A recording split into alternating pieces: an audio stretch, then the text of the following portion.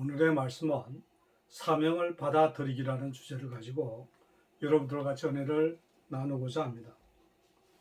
우리는 신앙생활을 하면서 자신의 소명이 뭔지 또는 사명이 뭔지 이런 데 대해서 여러 가지를 생각하고 있었을 겁니다. 오늘 이 시간에는 이러한 사명에 대해서 다시 한번 은혜를 받는 그런 시간이 되면 좋겠습니다. 우리는 무엇인가에 기여하기 위해서 지원받은 존재이다. 우리는 자원을 소비하기 위해 지원받은 것이 아니다. 먹고 숨쉬고 자리를 차지하라고 지어지지 않았다. 하나님은 우리의 삶을 통해 변화를 만들라고 우리를 창조하셨다. 많은 베스트셀러들은 우리가 인생에서 어떻게 하면 가장 많은 것을 얻을 수 있는가에 대해 조언을 하고 있지만 이것은 결코 하나님이 우리를 이곳에 살게 하시는 이유가 아니다. 이 땅에 지금보다 무엇을 더하기 위해서 존재하는 것이지 그저 축내기 위해서 있는 것이 아니다. 어떻습니까? 여러분들은 어떻게 인생을 축내고 있는 것인지 아니면 정말 하나님이 주신 그 소명을 제대로 잘 수행하고 있는 것인지 한번 이런 시간이 돌이켜보는 그런 시간이 되어야 될 것 같습니다. 이것이 우리의 삶을 향한 하나님의 목적이다. 그리고 그것은 우리의 사역 혹은 섬김이라 불린다. 성경은 이에 대해 자세하게 말해준다. 첫째, 우리는 하나님을 섬기기 위해 지원받았다. 성경은 말한다. 에베소서 2장 10절에 보시면 우리는 그의 만드신 바라 그리스도 예수 안에서 선한 일을 위하여 지으심을 받은 자니 이런 하나님이 전에 예비하사 우리로 그 가운데서 행하게 하려 하심이니라. 여기서 선한 일이란 우리의 섬김을 말하고 있다. 그러므로 우리는 어떤 식으로든지 간에 다른 사람을 섬길 때마다 실제로 우리는 하나님을 섬기는 것이고 그럴 때 우리는 하나님이 우리를 만드신 목적대로 살고 있는 것이다. 둘째, 우리는 하나님을 섬기기 위해 구원받았다. 성경은 말한다. 디모데후서 1장 9절에 보시면 하나님이 우리를 구원하사 거룩하신 부르심으로 부르심은 우리의 행위대로 하심이 아니요 오직 자기 뜻과 영원한 때 전부터 그리스도 예수 안에서 우리에게 주신 은혜대로 하심이라. 하나님은 당신의 거룩한 일을 하기 위한 목적으로 우리를 구원하셨는데 이 맡은 섬김을 통해 우리가 구원받은 것이 아니라 섬김을 위해 구원받았다는 뜻이다. 구원을 위한 부르심에는 섬김을 위한 부르심이 포함된다. 직업과 직종에 상관없이 우리는 풀타임 크리스찬 사역자로 부르심을 받았고 그래서 섬기지 않는 크리스찬이란 말은 의미 자체가 성립이 되지 않는다.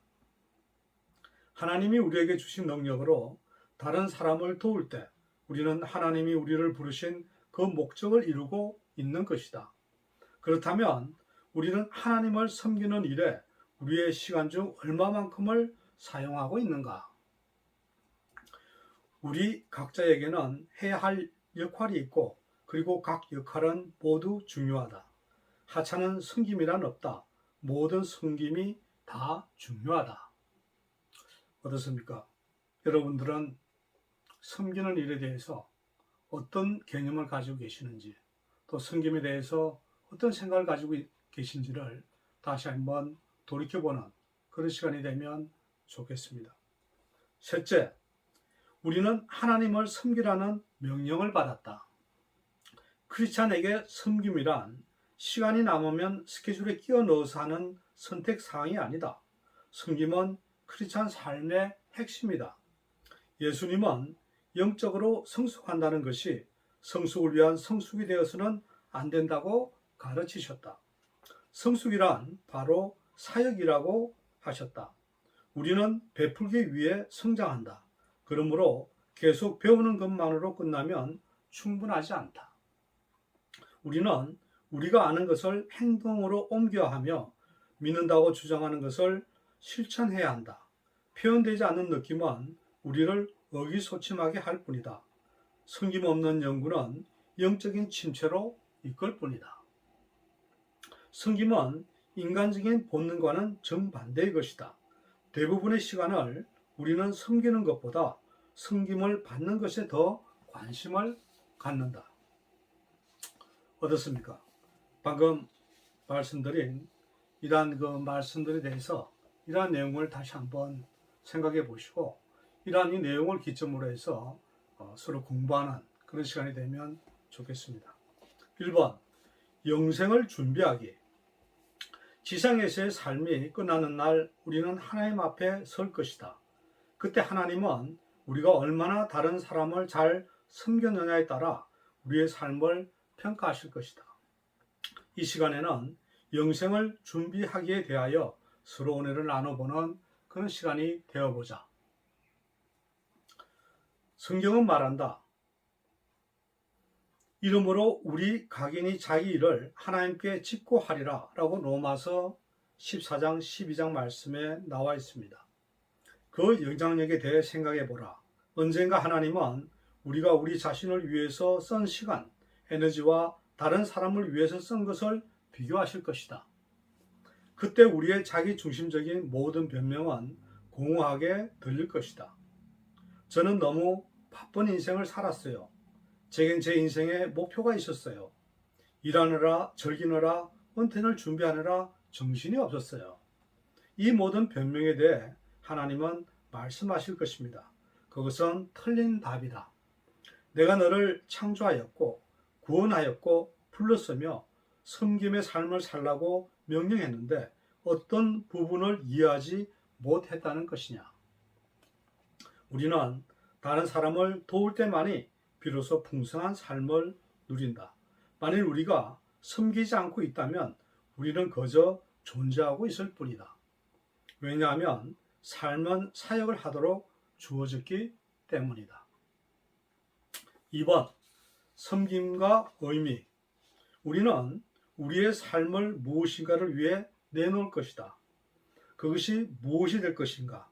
직장, 스포츠, 취미, 명성, 부, 그 어떤 것도 영원한 의미를 지니지 못한다.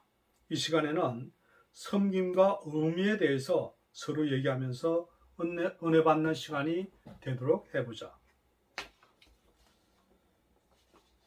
섬김은 진정한 의미로 나아가는 통로다. 사역을 통해 우리는 우리의 삶의 의미를 발견할 수 있다. 성경은 말한다. 로마서 12장 5절의 말씀 보시면 이와 같이 우리 많은 사람이 그리스도 안에서 한 몸이 되어 서로 지체가 되었느니라. 우리가 하나님의 가족 안에서 서로 섬길 때 우리의 삶은 영원한 중요성을 갖게 된다. 하나님은 세상을 변화시키기 위해 우리를 사용하기 원하신다. 하나님은 우리를 통해 일하기 원하신다. 정말로 중요한 것은 우리가 이 땅에서 얼마나 오래 사느냐가 아니라 삶을 베풀며 사는 것이다. 얼마나 오래 살았느냐가 아니라 어떻게 사느냐이다. 어떻습니까? 여러분들 이 말씀에 대해서 동의를 하시는지요? 아니면 나름대로의 삶에 대해서 너무 시간을 허비하고 있었는지요? 지금 아무 사역이나 봉사를 하지 않고 있다면 어떤 핑계를 대면서 아무 봉사도 하고 있지 않는지 생각해 보아야 한다. 아브라함은 노인이었고 야곱은 불안한 상황에 있었으며 레아는 예쁘지 않았고 요셉은 매도되었으며 모세는 말더듬이었고 기도원은 가난하였으며 삼손은 의존적이었고 라합은 부도덕했으며 다윗은 간음을 했을 뿐 아니라 온갖 가정 문제를 갖고 있었으며 엘리야는 자살을 생각했었고 요나는 마지못해 하는 사람이었으며 나오미는 가부였고 세례 요한은 괴팍한 행동의 소유자였으며 베드로는 적극적이고 성격이 급한 불 같았으며 마르다는 늘 걱정이 많았고 사마리아 여인은 여러 차례 결혼 생활에 실패했으며 삭개오는 사회에서 따돌림 당하였고 도마는 의심이 많았으며 바울은 건강에 문제가 있었고 디모데는 마음이 연약했다.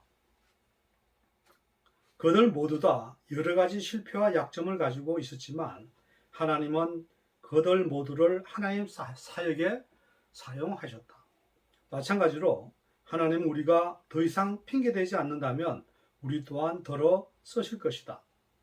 섬김은 선택사항이 아니다.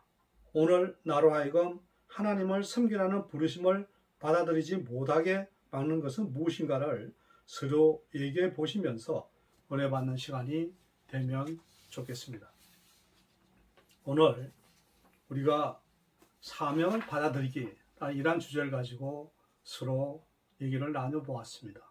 항상 우리는 섬긴다는 것이 하나님을 바라보고 내가 살아가면서 다른 사람들을 어떻게 대하면서 나아가느냐, 어떻게 섬기느냐 하는 그러한 베풀어 주느냐 하는 이 모습이 바로 우리가 준 그런 사역이라고 생각이 됩니다.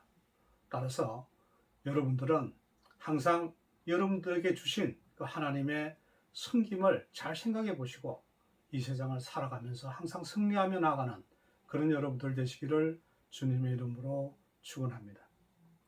오늘 사명을 받아들이기 위해서 첫 번째는 영생을 준비를 하기, 두 번째는 섬김과 의미라는 그러한 내용을 가지고 다시 한번 우리 자신을 돌이켜보는 그런 시간이 되면 좋겠습니다.